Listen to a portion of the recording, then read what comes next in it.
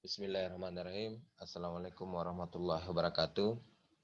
Alhamdulillah, puji syukur atas kehadirat Allah Subhanahu wa taala yang masih memberikan kesehatan kepada kita sehingga hari ini kita bisa kembali melaksanakan perkuliahan melalui sistem daring atau dalam jaringan. Ya, hari ini adik-adik kita akan membahas tentang tema Complex System and Economic Development. Jadi dalam pembahasan ini kita akan berbicara tentang apa itu complex system, kemudian apa itu system thinking, dan bagaimana kaitannya dengan economic development. Oke, kita lanjut saja adik-adik. Nah, yang pertama, apa yang dimaksud dengan complex system? Jadi, ketika kita bicara tentang kompleks sistem, tentunya yang akan kita tahu bahwa ada kata kompleks itu merupakan suatu gabungan atau dalam hal ini kompleks itu kalau dalam pendekatan matematik ada namanya elemen. Jadi, boleh digambarkan seperti ini adik-adik. Nah, jadi kompleks sistem itu adalah suatu bagian yang bekerja sama untuk mencapai tujuan. Atau misalnya seperti ini adik-adik sekalian, eh, ini adalah kumpulan ruang, kumpulan bangunan yang ada, kumpulan titik. Kemudian kita berasumsi bahwa ini adalah sebuah gabungan, sesuatu yang membentuk suatu kesatuan yang tentunya akan membentuk sebuah tujuan bersama. Jadi kompleks sistem itu adalah apa namanya suatu bagian-bagian yang bekerja sama untuk mencapai tujuan.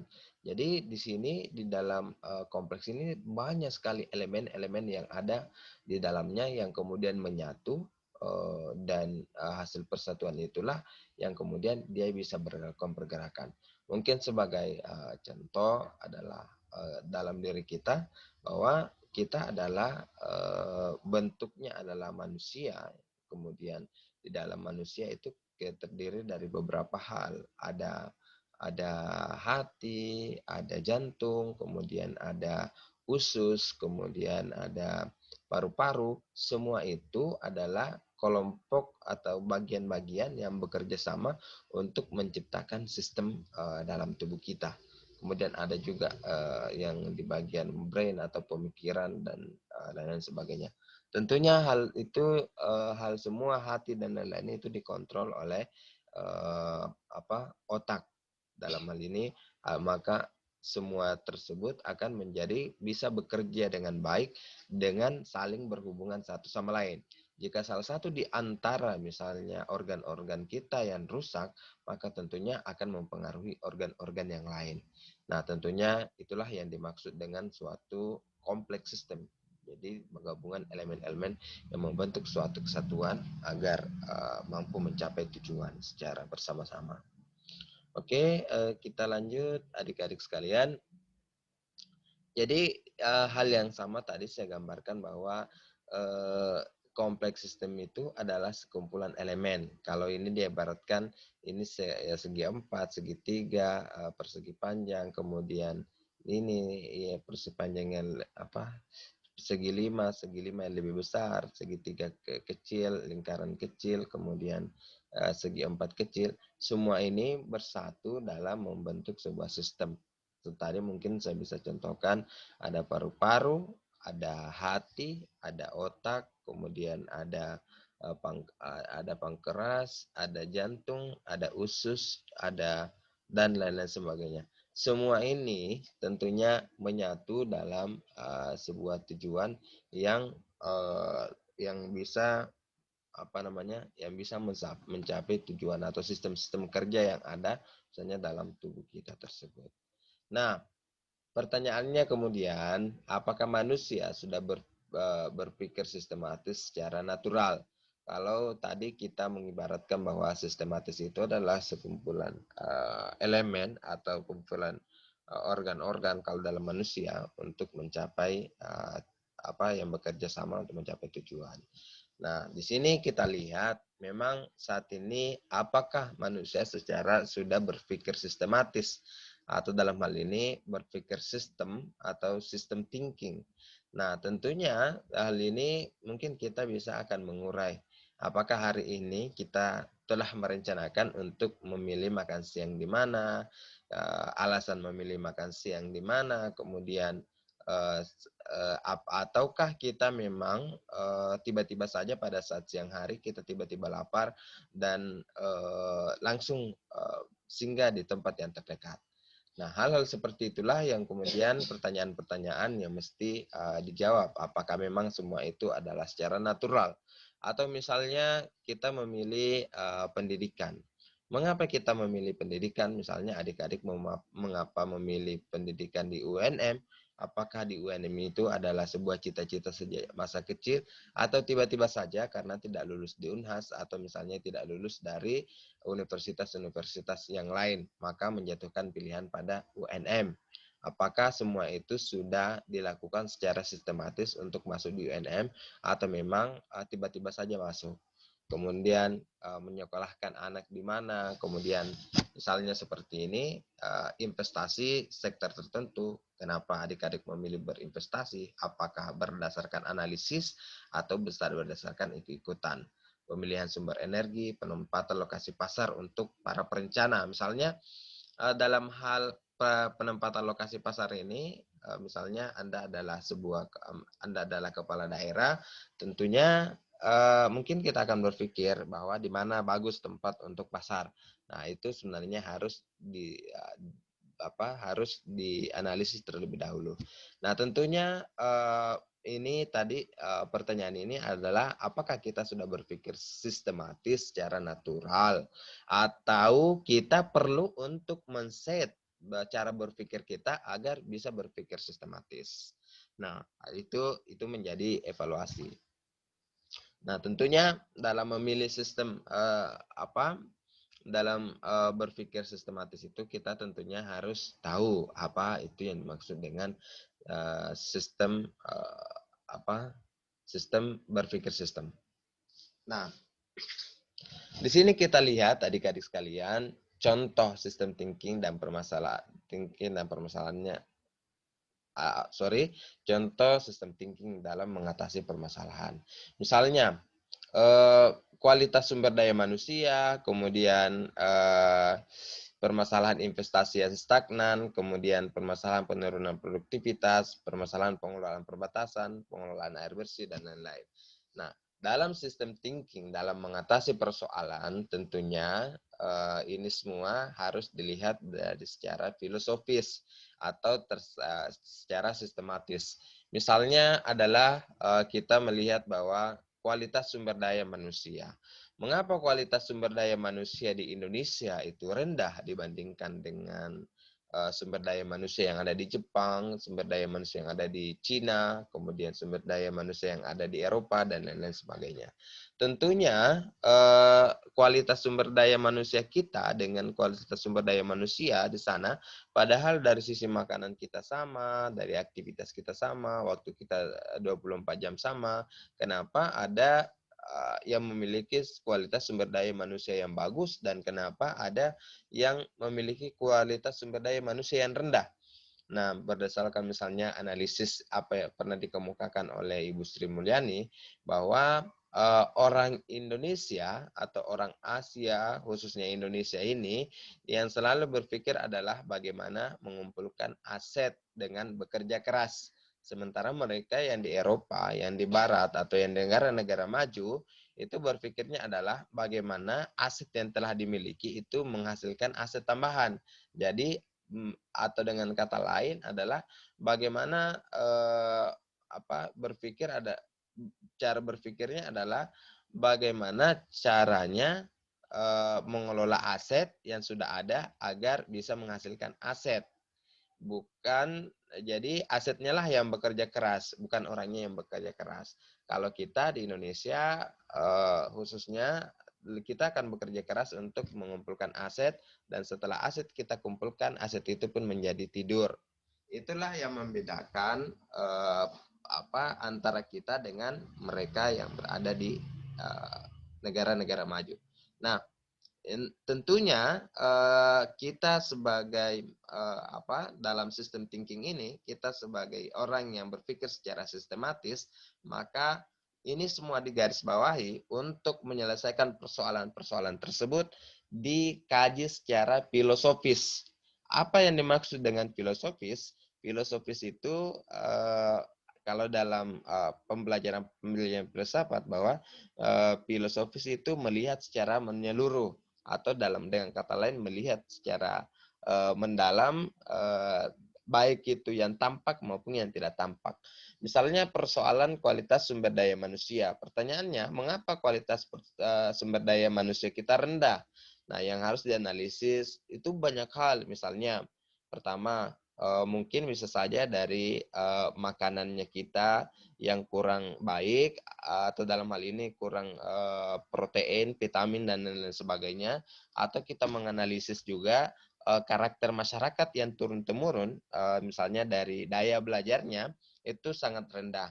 Kemudian ada pemikiran masyarakat bahwa hidup itu ya nikmati saja, tidak perlu kita terlalu menguras tenaga. Maka karena dia melihat misalnya dari orang tuanya ya santai-santai saja, anaknya juga santai-santai. Orang tuanya misalnya buruh bangunan, tukang batu, anaknya juga cukup tukang batu. Orang tuanya tidak sekolah, maka dia juga bilang untuk apa sekolah? Yang kita carikan uang. Atau ada pemikiran yang sangat salah, misalnya dia bilang seperti ini. Kebetulan orang tuanya punya lahan yang banyak, maka dia bilang, untuk apa kita sekolah? Kan kita punya lahan yang banyak. Nah, tentunya kalau hal seperti itu, lahan yang banyak, maka muncullah pemikiran tadi bahwa untuk apa sekolah? Kan ujung-ujungnya sekolah adalah mencari uang. Nah, hal itulah yang membuat kualitas sumber daya manusia rendah. Nah, itu pertanyaan-pertanyaan filosofis itu tentunya akan menjadi bagian dari penyelesaian masalah. Jadi sistem thinking itu melihat masalah itu secara mendalam, secara lebih detail, menganalisis efek sebelumnya, faktor-faktor penentu di belakangnya. Oke, adik-adik sekalian, ini permasalahan penurunan produktivitas itu bisa dikaji secara filosofis. Nah, apa yang dimaksud dengan sistem thinking? Jadi sama yang tadi, bahwa sistem thinking itu adalah berpikir sistematis dengan sebuah pendekatan holistik untuk memandang sebuah masalah secara menyeluruh, di mana elemen di dalamnya saling berinteraksi. Terlalu banyak masalah, ya, mungkin salah satu contoh yang kita lihat adalah pertama ketika kita melihat seseorang yang tampilannya selalu loyo, terus selalu lemas, maka kita akan berpikir, kita akan menganalisis secara sistem thinking, mengapa dia menjadi selalu lemas. Bisa saja dari sisi makanannya, misalnya kita analisis makanannya bagaimana. Oke, kalau makanannya bagus, oke, kita mungkin bisa menganalisis secara biologisnya. Biologisnya itu terkait dengan proses yang ada di dalam tubuh. Misalnya proses pencernaannya seperti apa, kemudian apakah ada penyakit yang lain yang membuat dia selalu lemas dan lain-lain. Atau misalnya bisa saja dia lagi tidak ada semangat hidup yang mendorongnya, atau dalam hal ini yang ada di pikirannya adalah seolah-olah hidup ini akan berakhir besok, sehingga tidak ada semangat untuk melanjutkan hidup. Nah, hal-hal tersebut tentunya akan sangat berpengaruh terhadap keadaan dirinya. Nah, hal-hal ini tentunya kita elemen-elemen yang ada di dalamnya, apakah itu motivasi, kemudian baik itu fisik, kemudian ataupun misalnya inputnya yang kurang bagus yang membuat dia lemas, maka kita semua bisa menganalisis itu secara sistem thinking. Oke, mungkin dari hal yang lain yang berkaitan dengan perencanaan, maka untuk mencapai sebuah tujuan dalam perencanaan itu, yang pertama adalah alokasi, input, keluaran, hasil, dampak. Nah, impact. Nah, Jadi di sini tentunya dalam proses perencanaan pembangunan itu hal-hal ini tentunya dibutuhkan. Misalnya untuk untuk kerja-kerja secara sistematis, yang pertama adalah sumber daya masukan, input, kemudian apa yang mau dihasilkan, kemudian produknya yang dihasilkan, kemudian siapa penerima manfaat, itu outcome-nya, kemudian dampaknya dari masyarakat, misalnya dampak pada kesejahteraan. Nah, jadi bisa kita lihat bahwa systematic thinking itu adalah bagaimana kita implikasikan di dalam perencanaan pembangunan. Oke, kita lanjut. Jadi kemudian system thinking itu tadi masih didefinisikan juga sebagai pendekatan untuk menyelesaikan permasalahan yang secara holistik dengan pemikiran yang reduksionis secara seimbang. Dengan memahami sistem secara keseluruhan, juga secara mendetail dapat menghindari munculnya output yang tidak diinginkan. Karena tentunya kita ingin output yang baik, maka kita membutuhkan pendekatan untuk menyelesaikan persoalan. Kemudian yang kedua, karakter dari sistem thinking ini adalah mampu menyelesaikan permasalahan yang sulit dengan efektif, apalagi dalamnya melibatkan permasalahan yang kompleks, memiliki banyak feedback baik internal maupun eksternal. Jadi saya jelaskan tadi sebelumnya bahwa kita akan melihat bahwa sistem thinking maupun menyelesaikan ini karena permasalahan-permasalahan tadi kita akan menganalisis lebih detail semua semua yang dianggap bermasalah, dan tentunya dari situ kalau misalnya dalam tubuh atau dalam pembangunan kita akan menganalisis itu secara lebih detail. Kemudian yang ketiga adalah dalam sistem sains dijelaskan bahwa satu-satunya cara untuk dapat memahami dengan baik bagaimana suatu masalah dapat terjadi adalah dengan memahami hubungan secara keseluruhan, atau bisa dikata sistem science thinking mencoba untuk mengilustrasikan bahwa suatu kejadian kecil yang dipisahkan oleh ruang dan waktu dapat memiliki dampak yang lebih besar pada sistem yang lebih kompleks. Jadi tentunya dalam sistem sains itu dalam sistem thinking ini adalah terjadi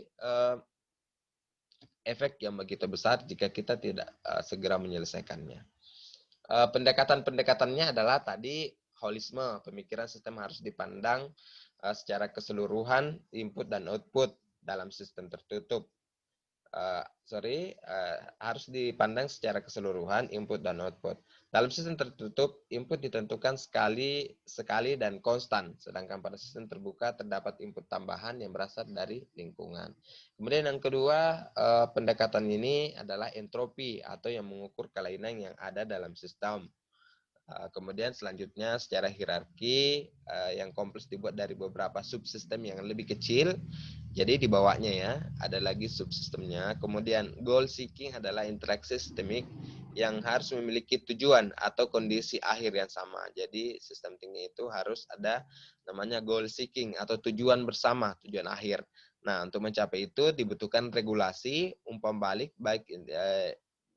balik sangat dibutuhkan agar sistem bekerja sesuai dengan diharapkan. Kemudian equifinality atau alternatif untuk mencapai tujuan bersama. Selanjutnya multifinality, mencapai tujuan alternatif dari input yang sama. Selanjutnya differentiation, unit yang dispesialisasi memiliki fungsi. Dualisme, karakter sistem yang berkontradiksi namun sangat penting bagi sistem. Modularitas, memisahkan dan menggabungkan elemen dari sistem satu terkaitannya. Abstraksi, proses menghilangkan suatu kategori sistem. Relasi adalah hubungan antar elemen. Jadi pendekatan-pendekatan sistem ini tentunya akan dilakukan untuk menganalisis suatu persoalan atau menganalisis suatu permasalahan dan memberikan solusi dalam permasalahan yang ada. Nah, karakteristiknya adalah tadi berpikir secara menyeluruh daripada pembagian-bagian melihat sesuatu pada gambaran yang lebih besar, mencari tahu efek yang ditimbulkan dari suatu aksi, mengidentifikasi bagaimana suatu hubungan bisa mempengaruhi sistem. Jadi hubungan itu mempengaruhi sistem, mengerti konsep dari perilaku dinamis, mengerti bagaimana cara struktur sistem membentuk perilaku sistem, melihat sesuatu dari sudut pandang yang berbeda. Jadi itulah yang merupakan karakteristik dari sistem thinker itu sendiri. Nah, bagaimana kaitan dengan perencanaan pembangunan? Ketika misalnya adik-adik sudah memiliki pengetahuan tentang sistem thinking atau sistematik sistem. Jadi sistem yang sudah saya ulangi, jika adik-adik sudah memiliki sistem, tentunya kita akan memiliki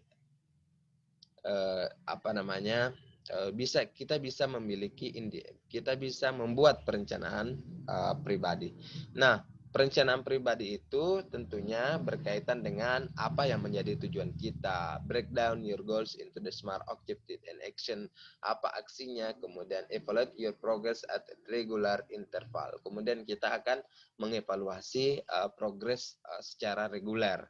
Nah, tentunya di dalam hal ini, ketika adik-adik misalnya ingin memiliki sesuatu, ingin mencapai sesuatu, maka dibutuhkan adalah bagaimana membuat planning secara individu untuk pembangunan perencanaan. Jadi di sini saya nanti yang pertama harus dilakukan adalah identify your goal, make a list of goals that you would like to accomplish in the upcoming years. Example, to present your work at the conference. Jadi misalnya adalah untuk misalnya menghadiri conference. Kemudian yang kedua, goal kamu adalah untuk tentunya yang kedua adalah untuk meningkatkan skill dalam komunikasi dan komunikasi dalam hal misalnya dengan audiens, kemudian untuk mendapatkan pekerjaan,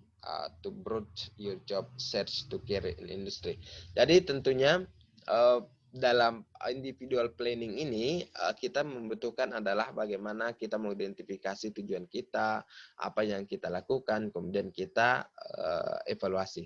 Nah, pada pertemuan ini, untuk pertemuan ini, next meeting, kita akan membahas dengan materi MHMMD, yaitu mengelola hidup, merencanakan masa depan, merupakan pengembangan dari individual development planning ini. Nah, tentunya tadi apa hubungan dengan apa hubungan kompleks sistem and economic development planning ini?